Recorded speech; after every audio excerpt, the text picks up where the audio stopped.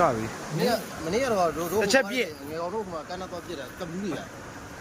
မင်းစောမှာတဲဒါတော့ချစ်သားဆရာကျော်လို့ခေါ်ပါမင်းကျွန်တော်တို့မလေးရှားမှာလူမျိုးငါးတွေရှာပါတယ်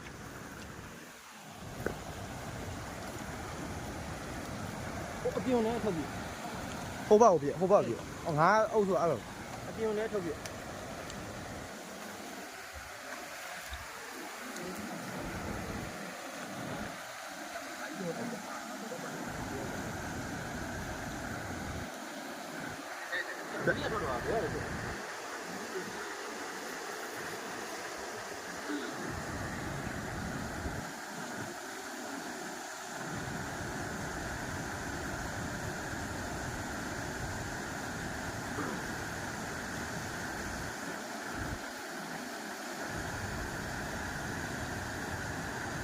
ညှိသွားရေ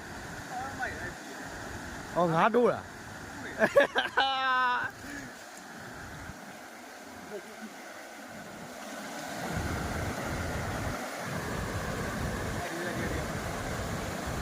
ဟောရှက်ဖဲပေးလေ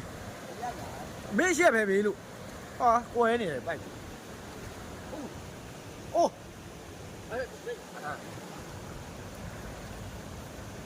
ပြောရှယ်ရရွေးနော်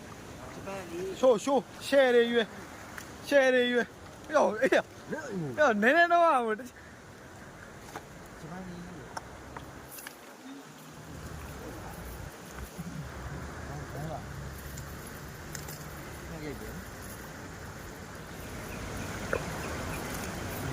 ဂျပန်နီ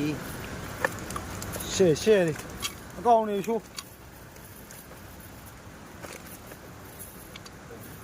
ကြီးရစားတော့မပြင်းစားလိုက်ရရှယ်ပဲနော်ဒီကတော့ဒီကတော့လည်း